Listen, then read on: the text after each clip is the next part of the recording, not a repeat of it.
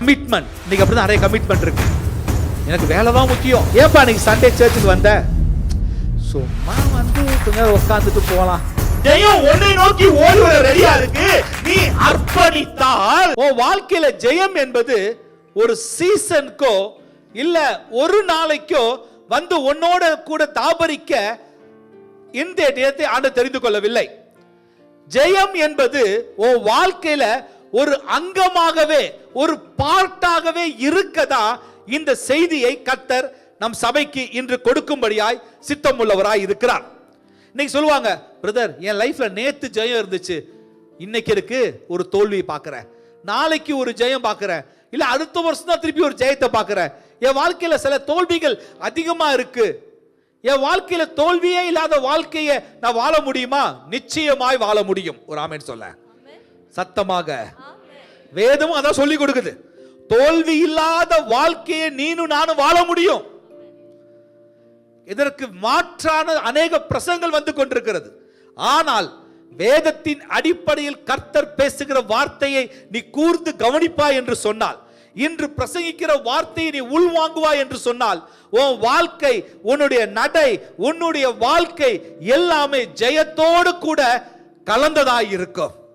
ஒரு ஆமென் சொல்லுங்களேன் சத்தமாக. தோல்விங்கிற வாடை உன் மீது அடிக்காதபடி நீ ஜெயத்தை சுகந்தரித்தவனாய் உன் ஜீவியத்தை நடத்த முடியும். அதுதான் கர்த்தர் பேசுகிறார். அதற்கு பிரதானமாய் ஒரு மனுஷனை தான் நாங்கள் முன்வைத்து பேசிக் கொண்டிருக்கிறோம். தானியேலின் புஸ்தகம் 6ஆம் அதிகாரம் 28ஆம் வசனம் என்ன சொல்லுகிறது? தானியேல் 6:28 என்ன சொல்லுகிறது? தானியேலின் காரியம் எல்லா காரியமும் ஜெயமாய் இருந்தது. அது இங்கிலீஷ்ல என்ன போட்டிருக்கு? ஜெயத்துக்கு ப்ராஸ்பர். ப்ராஸ்பர்ங்கிற வார்த்தை எங்கேயோ கேள்விப்பட்டிருக்கோமே. எங்க கேள்விப்பட்டிருக்கோம்? நம்ம ஊழியர் அது அக்கா சொல்றாங்க, காட் பிளஸ் அண்ட் ப்ராஸ்பர். என்னைக்கு ஒவ்வொரு சண்டையும் நம்ம சொல்லி ஜெயமொழித்துல பிளஸ் பண்றது ஒண்ணு. அப்ப என்ன சொல்றோம்? இந்த வாரம் கர்த்தர் ஆசீர்வதிப்பாரு, நீ ஜெயத்தோடே இரு என்று சொல்லிதான் நாங்கள் ஆசீர்வதிக்கிறோம். வேதத்தில் ஆங்கிலத்தில் ப்ராஸ்பர் என்று போடப்பட்டிருக்கிறது. உன் வாழ்க்கையில எப்பொழுதும் செழிப்பு இருக்கணும்னா, தானியேல் வாழ்க்கையில எப்பொழுதும் செழிப்பு இருந்துச்சா? அதான் வேதம் சொல்லுகிறது. தானியேலின் காரியமோ ஜெயமாய் எப்பொழுது இருந்துச்சு. இன்னைக்கு இல்ல, நாளைக்கு இருக்கும், நாளைக்கு இருக்காது, அப்படி கிடையாது. அவன் வாழ்க்கையில எப்பொழுதும் ஜெயம் கூடயே இருந்துச்சு. இதை கர்த்தாவை நாங்க தியானிக்க ஆரம்பிச்சோம். ஏன் தானியேல் வாழ்க்கையில இந்த ஜெயம் வந்து ஒரு கிராஃப் போல மேலே ஏறி ஏறி இறங்கல, எப்பொழுதும் ஒரே சீரா இருக்க காரணம் என்ன? அது என்ன காரணம்? எல்லாத்தையும் ஆண்டவர் வேதாகமத்தில் ஒரு சம்பவத்தையோ ஒரு நிகழ்வையோ ஒரு வார்த்தையோ இல்ல ஒரு எழுத்தையோ வைத்திருப்பார் என்று சொன்னால் அதற்கு அர்த்தம் இல்லாமல் போகவே போகாது. ஒரு ஆமென் சொல்லுங்களேன். இந்த வேதத்தில் உள்ள ஒவ்வொரு வார்த்தைக்கும் ஜீவன் உண்டு. இந்த வேதத்தில் உள்ள ஒவ்வொரு வார்த்தையும் நம்மளை வாழ வைக்கும். அதற்கு ஜீவன் இருக்கனால உனக்கு உசுரை கொடுக்கும், உனக்கு பலத்தை கொடுக்கும், உன்னை ஜெயத்தில் நடக்க செய்யும். இந்த தானியேல் வாழ்க்கையில என்ன காரணம்? நாங்கள் அதிகமாக தானியேலை குறித்து படித்திருந்தாலும் தியானித்திருந்தாலும் பிரசங்கம் செய்திருந்தாலும் இன்னும் ஆழமாய் தியானிக்க தானியேல் வாழ்க்கையில ஒரு சிறப்பான ஒரு குவாலிட்டியான ஒரு கேரக்டர் பிரதானமா இருந்துச்சு. அவன் ஜெயத்தை தக்க வைத்துக் கொள்ள அவன் இருந்த பிரதானமான ஒரு கேரக்டர் கமிட்மெண்ட், அர்ப்பணிப்பு. ஒரு ஆமென் சொல்லுங்களேன். இதை தான் இன்று சபைக்கு கர்த்தர் பேச சொன்ன நல் வார்த்தை. ஒரு ஆமென் சொல்லுங்களேன் சத்தமாய் சத்தமாய். கமிட்மெண்ட். இன்னைக்கு எப்படிப்பட்ட கமிட்மெண்ட்ல வாழ்றோம்? இன்னைக்கு இந்த பூமியில எப்படிப்பட்ட கமிட்மெண்ட்லாம் இருக்கு? கொஞ்சம் அப்படியே நம்ம பிராக்டிக்கலா யோசிப்போம். எப்படிப்பட்ட கமிட்மெண்ட்? ஒரு கணவன், மனைவி, பிள்ளை ஒரு காலத்துல கஷ்டப்பட்டு சம்பாதிப்பாங்க. எதற்கு? ஒரு கணவன்மார், ஒரு ஹஸ்பண்ட், எங்க கஷ்டப்பட்டு சம்பாதிக்கிறீங்க? இல்லைங்க, எனக்கு நிறையா கமிட்மெண்ட் இருக்கு. என் மனைவிக்கு சரியான சாப்பாடெல்லாம் சமைக்கிறதுக்கு நான் பொருட்களை வாங்கி கொடுக்கணும். அதே போல என் புள்ள படிக்குது, இந்த புள்ளைக்கு நான் ஃபீஸ் கட்டணும். ஒரு கமிட்மெண்ட். ஆனா இன்னைக்கு உள்ள கமிட்மெண்ட் எப்படி மாறி போச்சு? நான் இந்த காலத்தை சொல்றேன். இப்ப எல்லாம் சுயநலமான கமிட்மெண்ட் இருக்கு. எப்படிப்பட்ட கமிட்மெண்ட்? சுயநலம். ஹஸ்பண்ட் சொல்வாரு, பிரதர், நான் என்னை ஃபஸ்ட்டு பார்க்கணும். யாராம்? நான் ஏன் சந்தோஷத்தை முதல்ல யோசிக்கணும். அப்புறம் தான் என் மனைவி சந்தோஷம், அதுக்கப்புறம் தான் என் புள்ள சந்தோஷம். நாங்கள் சந்திக்கிற அநேக குடும்பங்களுடைய பிரச்சனை இந்த கமிட்மெண்ட்குள்ளே வர முடியாத காரணம் தான். ஒரு காலத்தில் பொதுவாகவே தமிழ்நாட்டை பொறுத்தவரையிலும் அந்த கமிட்மெண்ட், அந்த அர்ப்பணிப்பில் தாய்மார்கள், தகப்பன்மார்கள், பிள்ளைமார்கள் இருந்தார்கள். ஆனால் இன்னைக்கு உள்ள ஜெனரேஷனை பார்க்கும் பொழுது, இந்த ஊழியத்தின் பாதையில் நாங்கள் சந்திக்கிற அநேக குடும்பங்களை பார்க்கும் பொழுது, இந்த கமிட்மெண்ட்குள்ள வருவதற்கு இன்னைக்கு அநேகருக்கு விருப்பமே இல்லை. நான் பேசிக்கா ஃபேமிலியை பத்தி சொல்லிட்டு இருக்கிறேன். ஊழியத்தை அடுத்தது வச்சுக்கோ. முதல்ல ஃபேமிலியில இன்னைக்கு அநேக சோம்பேறியான ஆண்கள் மாறி போனதற்கும், சோம்பேறியான பெண்கள் மாறி போனதற்கும் காரணம் என்னன்னா, கமிட்மெண்ட் உள்ள இல்ல, அவங்களுக்குள்ள அர்ப்பணிப்பு இல்ல. அது மாத்திரம் அல்ல, இன்னும் சொல்லணும், கமிட்மெண்ட்ங்கிறது பெரியவங்க மாத்திரம் இல்லை, இன்னைக்கு சின்ன பிள்ளைங்கள்ட்டேந்து பெரியவங்க மாத்திரம் எல்லாருக்குள்ளேயும் கமிட்மெண்ட் எனக்கு இல்லை. அதுல அந்த கமிட்மெண்ட்டுக்கு ஏத்தபடி பிசாசு என்ன செய்வான்? வேலை செஞ்சுக்கிட்டே தான் இருப்பான். இப்ப ரீசெண்டா அமெரிக்கா தேசத்துல ஒரு செய்தி கேள்விப்பட்டோம். மிகப்பெரிய பணக்காரர், அவர் ரொம்ப ரிசர்ச் பண்றார். அந்த மூளை எப்படிப்பட்ட மூலம் தெரியல, யாரால் நடத்தப்படுற மூலம் தெரியல, தேவனுக்கு விரோதமாக எழும்புகிற மூளை தான் அது. என்னன்னா, ஆணுக்கு பெண், பெண்ணுக்கு ஆண் கர்த்தர் உருவாக்கினார். அவன் என்ன செய்யறான்? ஏன் ஆண்களே கஷ்டப்படுற, மனைவியை வச்சு ரொம்ப கஷ்டமா, கமிட்மெண்ட் உனக்கு கொடுக்க முடியலையா? கவலைப்படாத, நான் சீக்கிரமா இந்த இயர் எண்டுக்குள்ள அழகான பெண் ரோபோக்களை நான் உருவாக்கி உனக்கு கொடுக்குறேன், நீ ஒய்ஃபா வச்சுக்க. என்ன ஜோசப் ராஜ், சந்தோஷம் தானே? ஊவா சாராலே. இன்னைக்கு அநேகர் பார்த்தீங்களா, வேதத்துக்கு புறம்பாக எழும்புகிற காரியம். என் மகனே, மகளே, என் சகோதரனே, சகோதரியே, இந்த கமிட்மெண்ட்ல இன்னைக்கு பிசாசு எப்படி விளையாண்டுட்டு இருக்கான். ஏன்னா அமெரிக்கா தேசத்தை பொறுத்தவரையிலும் டைவர்ஸ் கொடுக்கணும்னா அந்த பெண்ணுக்கு அநேக பணத்தை கொடுக்கணுமா. அதனால நீ அதெல்லாம் தேவையில்லை, நீ இந்த ரோபோ வச்சுக்க. ரொம்ப போர் அடிச்சுச்சுன்னா அந்த ரோபோ எல்லா வேலையும் செய்யும் உனக்கு. நீ ட்ரிங்க்ஸ் கொண்டு வானா கொண்டு வரும், இடுப்பு வலின்னு சொல்லாது, குதிங்கால் வலின்னு சொல்லாது, தலைவலின்னு சொல்லாது, ஃபீவர்னு சொல்லாது. சாம ஆர்டர் போட்டுடலாம். எப்ப அமேசான் அப்படி அடிக்கிறீங்க? உண்மை, நான் பேசுகிறது உண்மை. ஆனால் இது தேவ நீதிக்கு புறம்பானது, கர்த்தருடைய சித்தத்திற்கு அருவருப்பானது, விரோதமானது. என் மகனே, மகளே, ஒரு ஆணுக்கு பெண்ணும், பெண்ணுக்கு ஆணை தான் கர்த்தர் உருவாக்கினார். ஏன்னா அந்த கமிட்மெண்ட் குள்ள ஒரு மனுஷன் வரமாட்டான் இன்னைக்கு. அதான் அவ்வளவு மோசமான காலங்களுக்குள்ளாய் நான் வாழ்ந்துட்டு இருக்கிறோம். இல்லைன்னா இன்னைக்கு ரெண்டாவது கேட்டகரி பத்தி நான் கமிட் ஆகுவாங்க. இந்த கமிட்மெண்ட் எப்படி தெரியுமா இருக்கும்? அரை இருதயத்தோடு, சரி சும்மா போய் பார்க்கலாம். இப்ப சர்ச் எடுத்துக்கோமே, ஏன்பா இன்னைக்கு சண்டே சர்ச்சுக்கு வந்த? சும்மா கொஞ்ச நேரம் உட்காந்துட்டு போகலாம், வீட்டிலேயே இருக்கு, போர் அடிக்குது. எப்படியா அர்ப்பணிப்பு? இப்படியான அர்ப்பணிப்பு.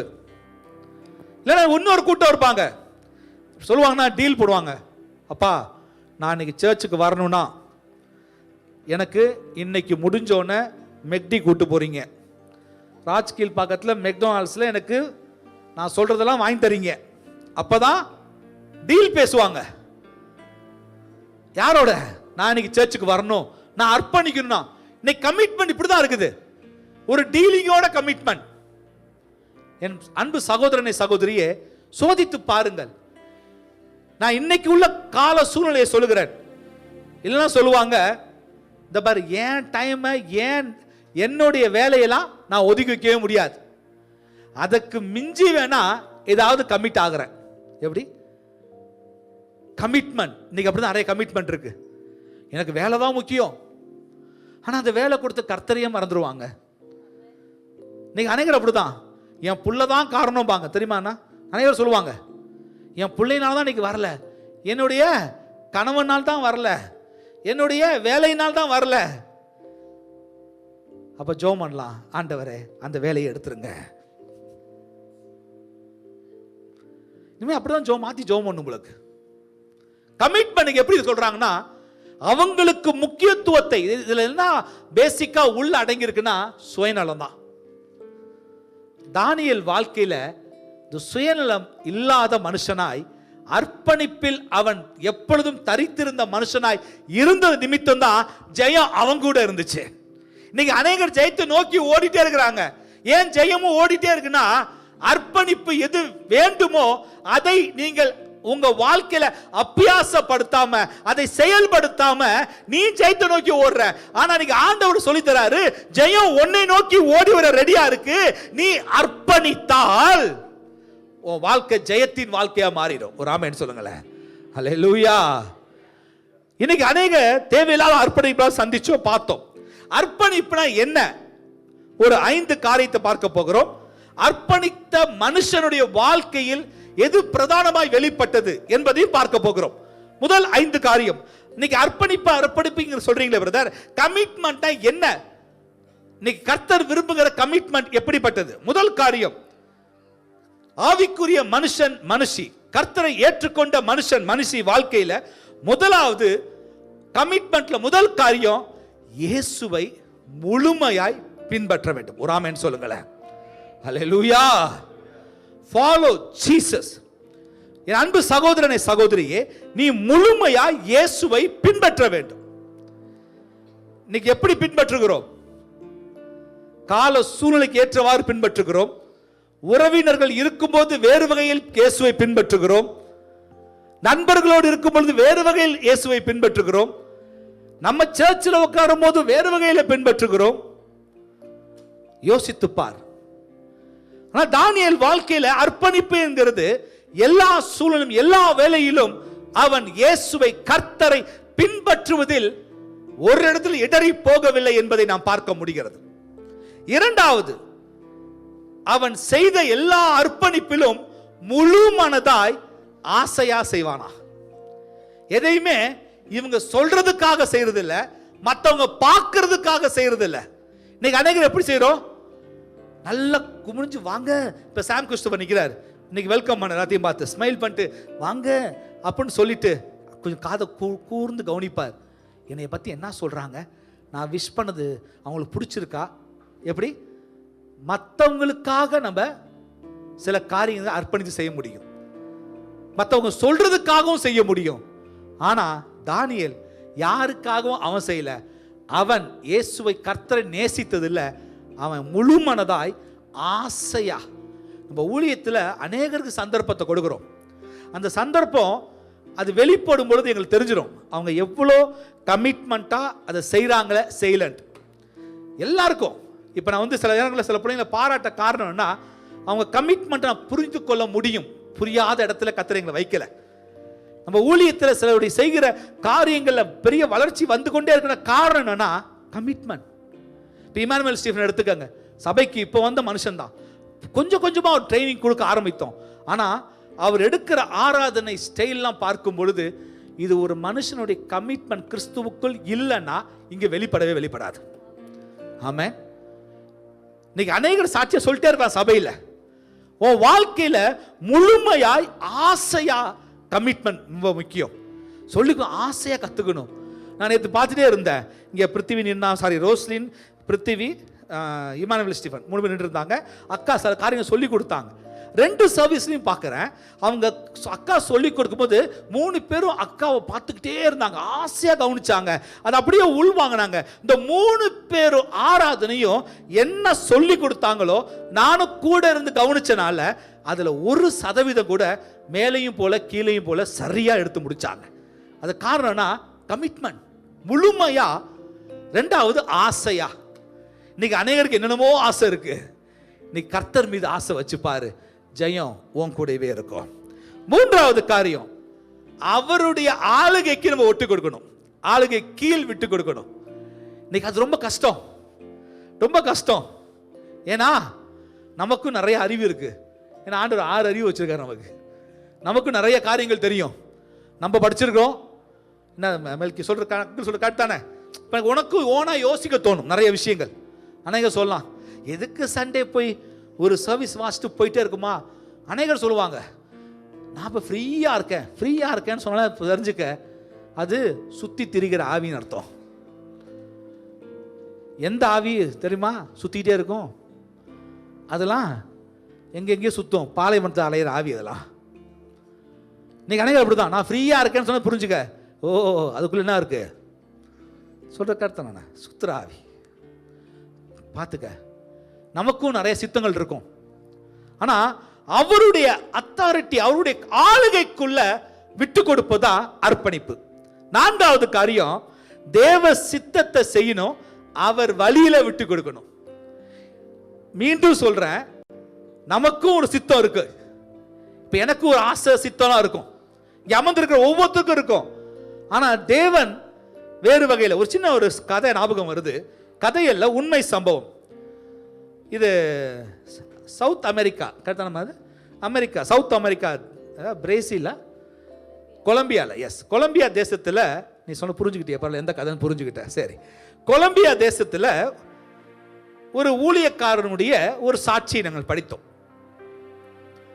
அவரை கர்த்தர் வேறே மாவட்டம், வேறே தேசத்திலிருந்து ஒரு கொலம்பியாவில் ஒரு பட்டணத்தை காமிச்சு அங்கே போய் ஊழியத்தை தொடங்க வேண்டும் என்று சொன்னாராம். முதல்ல அவருக்கு ப்ராப்ளம் லாங்குவேஜ், ரெண்டாவது டிராவல் பண்ணி எப்படி அங்கே போய் சேரணும், அந்த ஊரை பற்றி அநேக தாறுமாறான விஷயங்களை அவர் கேள்விப்பட்டிருக்கார். அங்கே போய் ஊழியத்தை ஆரம்பிக்கும்படி ஆண்டவர் பேசுகிறார். அந்த ஊழியக்காரர் தேவ சித்தத்துக்கு விட்டு கொடுக்கிறார். ஆல்ரெடி அவர் ஒரு சர்ச் நடத்திட்டு இருக்காரு. அந்த சர்ச்சில் ஒரு 1000 பேர் மெம்பர். யோசிச்சு பாருங்க, 1000 மெம்பர் வச்சிருக்கோம், எங்கேயாவது போவானா? எந்த ஊழியக்காரும் போக மாட்டாங்க. நல்ல சபை.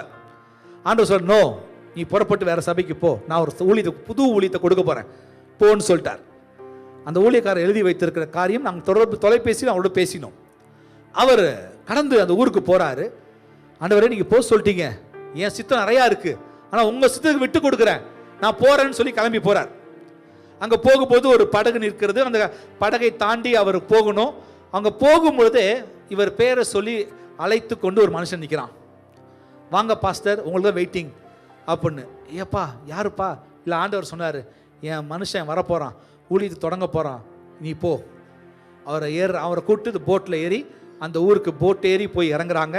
அந்த ஊருக்குள்ளே போயிடுறார். ஊழியத்தை ஆரம்பிக்கிறார். ஊழியம் பயங்கரமாக வளருது. இன்னைக்கு 40,000 50,000 ஆத்துமாக்களோட மிகப்பெரிய ஊழியம். அதே பட்டணத்தில் இன்னொரு ஊழியக்காரர், அதே பட்டணம் இல்லை, ஒரு ஊழியக்காரர் இவரை சந்திக்கும்படியாய் கடந்து வந்தார். அப்பாயின்மெண்ட் கேட்டு தேடி வந்தாராம். வந்து உட்காந்து இந்த பாஸ்டரை பார்த்தோன்னே 35,000 ஆத்துமாக்களை வைத்திருக்கிற அந்த பாஸ்டரை பார்த்து கீழே உளுந்து கண்ணீரோடு அழ ஆரம்பித்தாராம். ஏன் பாஸ்டர் அழுவுறீங்க, ஏன் அழுவுறீங்க கேட்கும் பொழுது, நீங்கள் உட்காந்துருக்க சேரு எனக்குரிய சேரு, தேவன் என்னோடு தான் முதல்ல இந்த பட்டணத்தில் போய் ஊழியத்தை செய்யின்னு சொன்னார். நான் ஒரு 500 ஆத்துமா வச்சுருந்தேன், அந்த ஆத்துமாவோடே கூட அவங்கள விட்டுட்டு வர மனசு இல்லாதனால நான் ஊழியத்தை அப்படியே செஞ்சிட்டு இருந்தேன். இன்னைக்கும் என் சபையில் 500 தான் இருக்குது. ஆனால் நீங்கள் கீழ்ப்படிஞ்சு வந்தீங்க, 35,000க்கு மேலான ஆத்துமாக்களுக்கு ஊழியக்காரனா உங்களை வச்சிருக்காரு. நான் இன்னைக்கு அநேகர் அப்படிதான், நம்ம தேவ சித்தத்தை செய்கிறோம்னு நினைக்கிறோம், அதில் உன்னோட வில் இருக்கா இல்லை காட்ஸ் வில் இருக்கா மிக முக்கியம். நல்லா கவனி, நான் சொல்கிற வார்த்தையை பொறுமையாக கவனி. உன்னுடைய சித்தம், நீங்கள் செய்கிறதெல்லாம் தேவ சித்தம் நினைக்கிறோம். ஊழியம் கூட நல்லா கவனிங்க, எல்லா ஊழியமும் சூப்பர் நினைக்காத, பார்க்க பிரம்மாண்டத்தை பார்த்து நம்பிராத. அங்க கர்த்தர் இருக்காரா, அதான் மிக முக்கியம். அது கர்த்தர் அங்கீகரித்ததா, அது மிக முக்கியம். என் அன்பு சகோதரனே சகோதரியே, நீ வேலையை செய்ய முடியும், அந்த தேவ சித்தத்தில் தேவன் இருக்காரா என்பதுதான் மிக முக்கியம். 5வது கடைசியாக அர்ப்பணிப்புனா என்னன்னா, 5வதுல ஒரு ஆடானது மேய்ப்பனுக்கு எப்படி கீழ்ப்படியுமோ அப்படியே முழுமையா கீழ்ப்படினான். வேதத்தில் பார்த்தீங்கன்னா யோசுவா மோசே வார்த்தைக்கு அப்படியே கீழ்ப்படிஞ்சான், தலைவரா மாறினா. நகோமி அவருடைய மருமகள் ரூத் என்ன செய்தா? ரூத்தனா எஸ்தரா? சொல்லுமா தங்கச்சி, ரூத்தா எஸ்தரா? ஸ்வீட்டி சொல்லுமா. ரூத் கர்த்தனமா சரி. ரூத் என்ன செய்றா? பின்னாடியே போறா. இன்னைக்கு வரும் ரூத்தை பத்தி பேசிட்டு இருக்கிறோம். அந்த இடத்துல இயேசுசாமி வந்தாரு. இன்னைக்கு நம்ம வாழ்க்கையும் அப்படிதான் இருக்கணும் ஆண்டவர் விரும்புறாரு. கர்த்தரை ஒரு ஆடு எப்படி மேய்ப்பனை நம்பி போகுமோ அப்படிதான் போகணும் விரும்புறாரு ஆண்டவர். ஒரு ஆமென் சொல்ல. அதான் அர்ப்பணிப்புக்கான அடையாளம். இந்த அர்ப்பணிப்புல அர்ப்பணிக்கப்பட்ட மனுஷனா மனுஷியா நீ இருக்கிறியா இல்லையான்னு சோதிச்சு பார்த்துடலாம். இன்னொரு 7 காரியத்தை வேகமா தியானிக்க போகிறோம். இந்த 7 காரியத்து நிமித்தம் நீ அர்ப்பணிப்பின் பாத்திரமா இந்த சபையில உட்கார்ந்திருக்கியா, அர்ப்பணிப்பின் பாத்திரம் இல்லாமல் இருக்கிறியா ஈஸியா கண்டுபிடிச்சலாம். நல்லா கவனிங்க. தானியேல் வாழ்க்கையை நாங்க அப்படியே 6ஆம் அதிகாரத்தை எடுத்து தியானிக்க அவன் வாழ்க்கையோட அர்ப்பணிப்பு அநேக இடத்துல வெளிப்பட்டு கொண்டே இருந்தது. முதல் காரியமா அர்ப்பணிப்புல அவன் வாலிப நாட்கள் இருந்து ஒரு 17 வயதுல அவனை சிறைச்சாலைக்கு அடிமைப்படுத்தி கொண்டு போனாங்கன்னு வேதம் சொல்லுகிறது.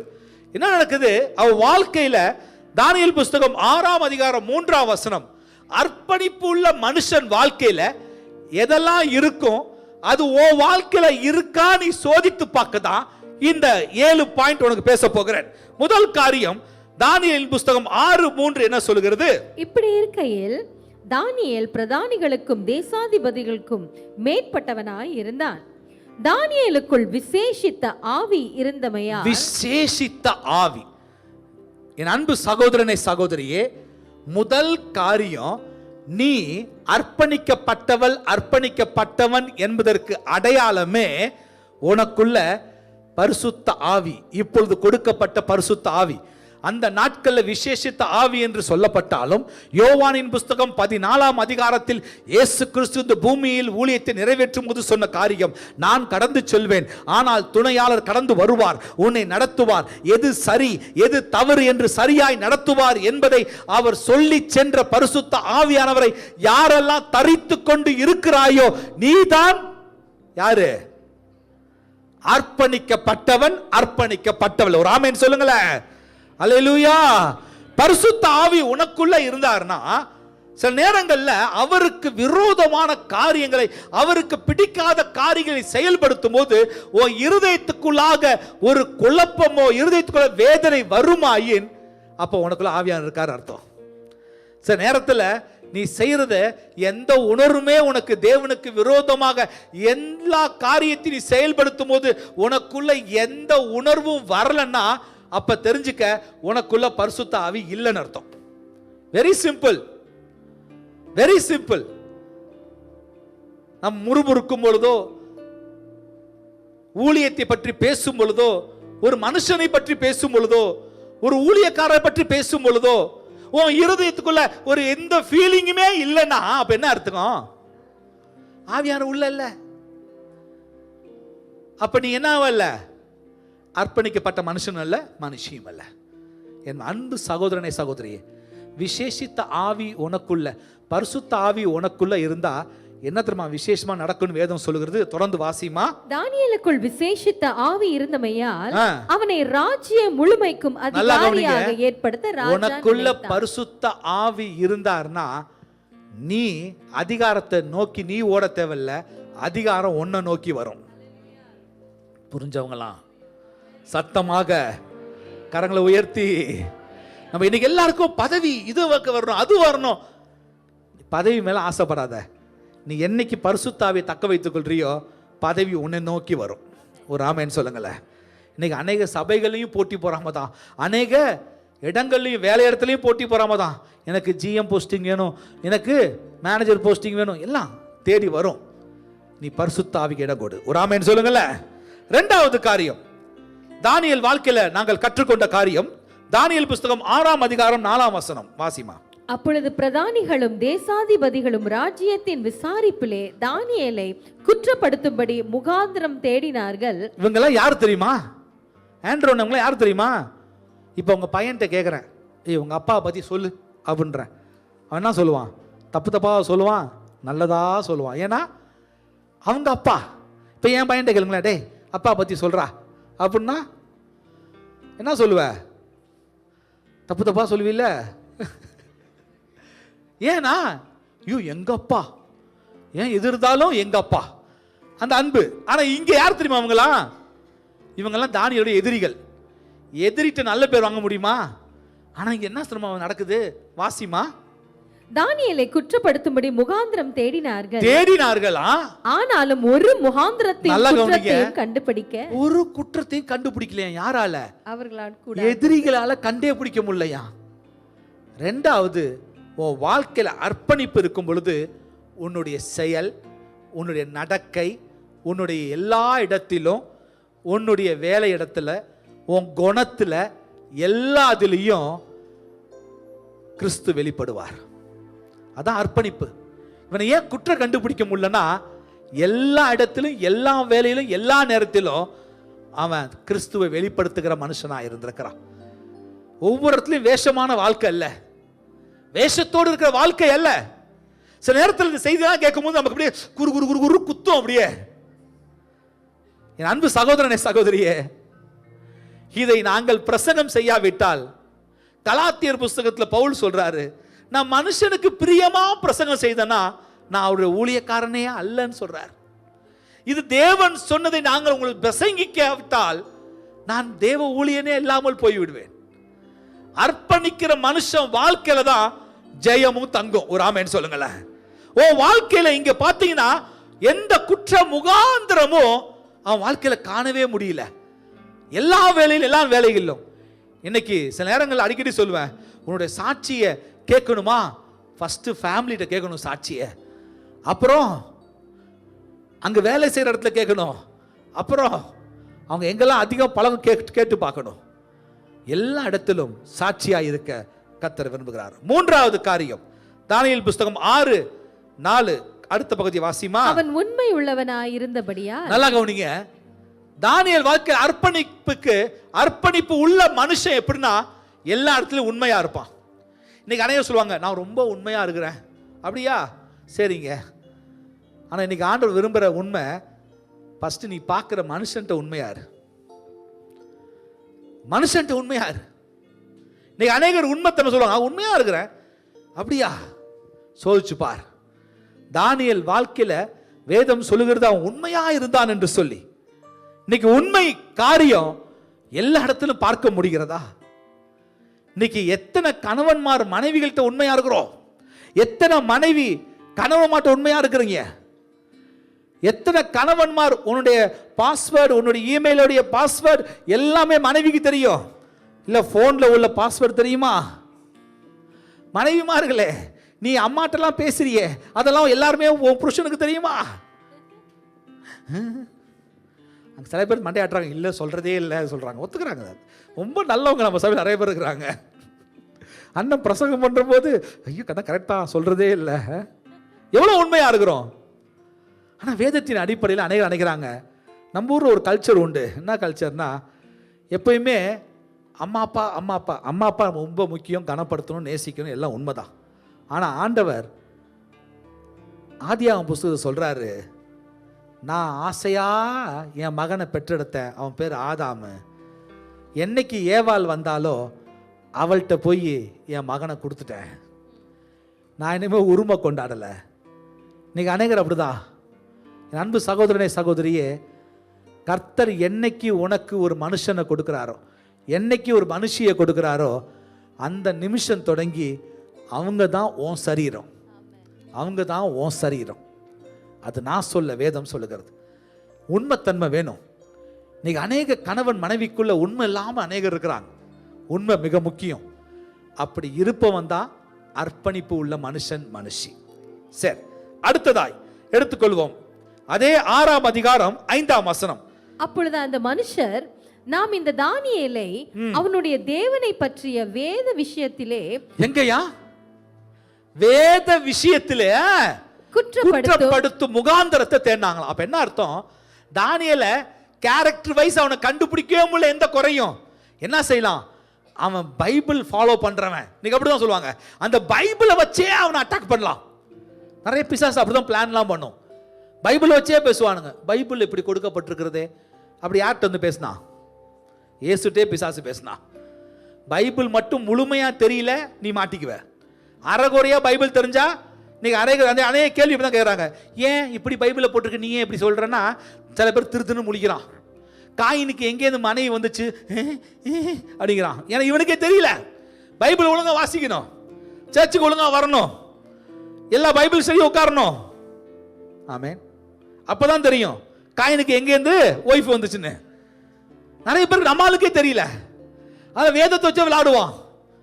இங்க என்ன பார்க்கிறோம், இந்த வேதத்துல குற்ற முகாந்தரத்தை கண்டுபிடிக்க தானியேலுக்கு வராங்களாம். அப்ப என்ன அர்த்தம், அவன் மோசையின் பிரமாணங்களை நன்கு கற்றறிந்தவனாய், தேவ வார்த்தையில் ஊறின மனுஷனாய் தானியேல் தன் வாழ்க்கை ஜீவியத்தை நடத்தினான். ஒரு ஆமென் சொல்ல. அல்லேலூயா. இன்று நம்ம ஜீவியம் எப்படி இருக்குது?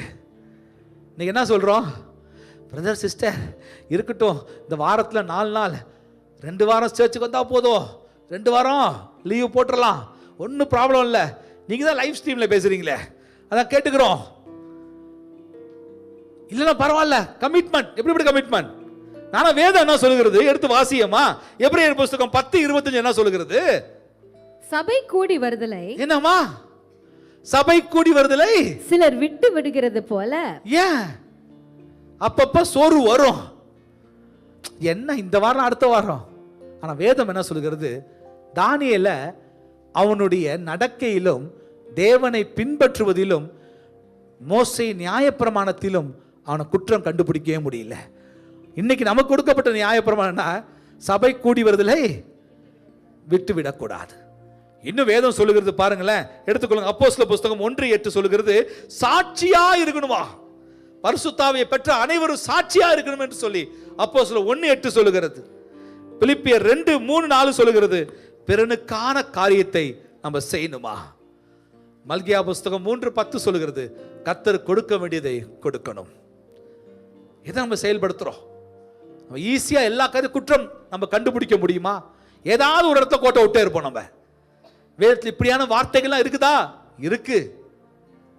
ஆனால் இங்கு தானியேல் வாழ்க்கையில அவன் பிரதானமாய் அதை உணர்ந்து கொண்டே இருந்தான். 5வது காரியம், அதே 6ஆம் அதிகாரம் 10ஆம் வசனத்தில், நீ அர்ப்பணிப்பு உள்ள மனுஷியாய் இருக்கிறாயா என்பதை தானியேல் வாழ்க்கையை வைத்து ஒப்பிட்டு பார். 6:10 என்ன சொல்லுகிறது? தானியேலோ என்றால் அந்த பத்திரத்துக்கு கையெழுத்து வைக்கப்பட்டது என்று அறிந்த போதிலும். நல்லா கவனிங்க. ராஜா ஏதோ ஒரு கட்டளை போட்டிருக்காரு, அந்த கட்டளை அந்த வேலையில அந்த நாள்ல அது கிரியையில இருக்குன்னு தெரிஞ்சும், தொடர்ந்து வாசிமா, வைக்கப்பட்டது என்று அறிந்த போதிலும் தன் வீட்டுக்குள்ளே போய் தன் மேல் அறையிலே எருசலேமுக்கு நேராக பலகணிகள் திறந்திருக்க அங்கே தான் முன் செய்த வந்தபடியே தினம் 3 வேளையும் தன் தேவனுக்கு முன்பாக முழங்காட்படியிட்டு ஜெபம் பண்ணி ஸ்தோத்திரம் செலுத்தினான். 3 வேளையும் ஜெபம் பண்ணி ஸ்தோத்திரம் செலுத்தினான் என்று வேதம் சொல்லுகிறது. உன் வாழ்க்கையில ஏன் குழப்பம் வருது தெரியுமா? ஏன் உன் வாழ்க்கையில தோல்வி வந்துட்டே இருக்கு தெரியுமா? ஏன் உன் வாழ்க்கையில நீ நினைச்சது எதுவுமே நடக்க மாட்டேது தெரியுமா? உன் ஜீவியம் ஜெப ஜீவியமா இல்லை. ஜெபிக்கிற மனுஷன் வாழ்க்கையில தோல்விங்கிற காரியம் வரவே வராது. இதில் நல்லா கவனிங்க. இன்னைக்கு நமக்கு எவ்வளோ வசதி இருந்தோம், நல்லா ஏசி போட்ட சர்ச் இருந்தோம், எப்படி நமக்கு தூக்கம் வருது பாருங்களேன். எவ்வளோ நல்லா சுகமா, என்ன நல்லா தெரியுது, கொரட்டை மட்டும்தான் வெளியே வரல. மேலேருந்து பார்த்தா தெரியுது. சீக்கிரம் ரூல்ஸை திருப்பி பழைய ரூல்ஸை கொண்டு வரணும். இனிமேல் நான் உட்கார போகிறேன், தூங்குற நீங்கள் எந்திரிக்க போறீங்க.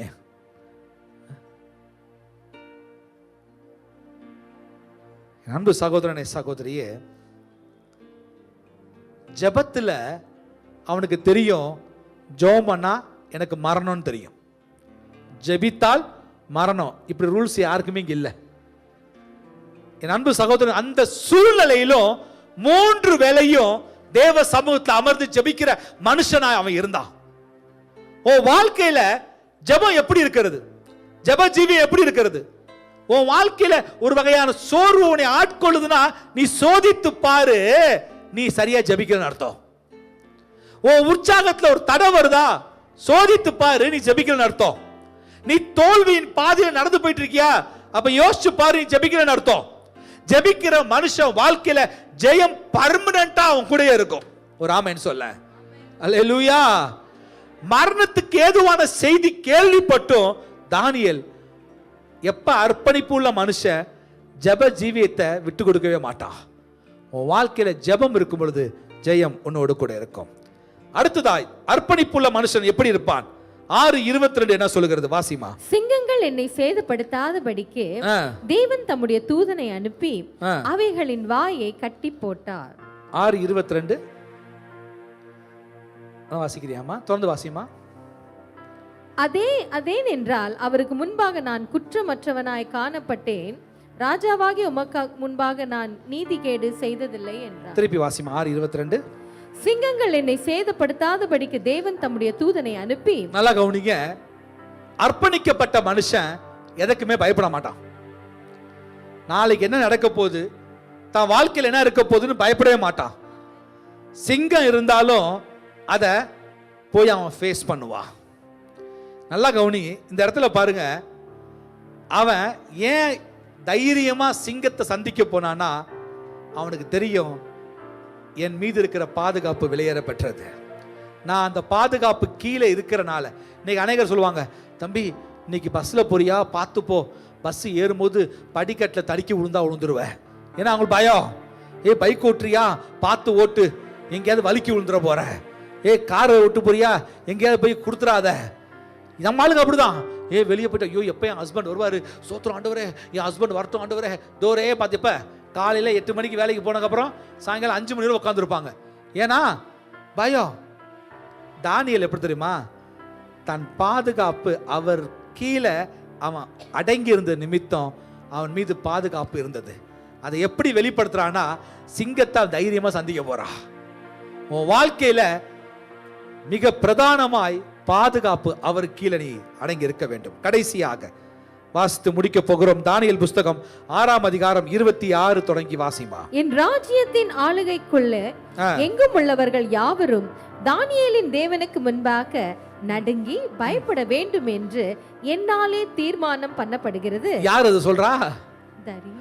அவனை சிங்க கெபியில் போட சொன்ன ராஜா சொல்றான், அப்பா தானியேலுடைய தெய்வம் தான் தெய்வம், அவர் தான் உண்மையான தெய்வம், சிங்கத்தின் வாயிலிருந்து பாதுகாக்க முடியும். அவன் அர்ப்பணிக்கப்பட்ட மனுஷனா இருந்தான். அதுலயும் அவன் சொல்றான், இடைவிடாமல் ஆராதித்த உன் தெய்வம் தப்புவித்தாரா? இதெல்லாம் யாரு கேட்கிறா? இன்னைக்கு உங்களை பார்த்து உன் நண்பர்கள் சாட்சி கொடுக்க முடியுமா? நீ அவங்கள இம்பாக்ட் பண்ணிட்டியா? இதான் அடிக்கடி சொல்றேன். ஒரு 3 வாரத்துக்கு முன்னாடி பிரசங்கம் செய்தேன். நீங்களும் நானும் ராஜரிக தாக்கத்தை உண்டு செய்ய இந்த பூமியில கர்த்தர் அழைத்திருக்கிறார் என்று சொல்லி. என் மகனே மகளே, தானியேல் ராஜரிக தாக்கத்தை அவனுடைய ராஜாவுக்கும் சுத்தி இருக்க ஜனங்களுக்கும் அவன் வெளிப்படுத்தி கொண்டே இருந்தா. அர்ப்பணிக்கப்பட்ட மனுஷி, உன்னுடைய அர்ப்பணிப்பு மற்றவர்களுக்கு தாக்கத்தை உண்டு செய்யும்.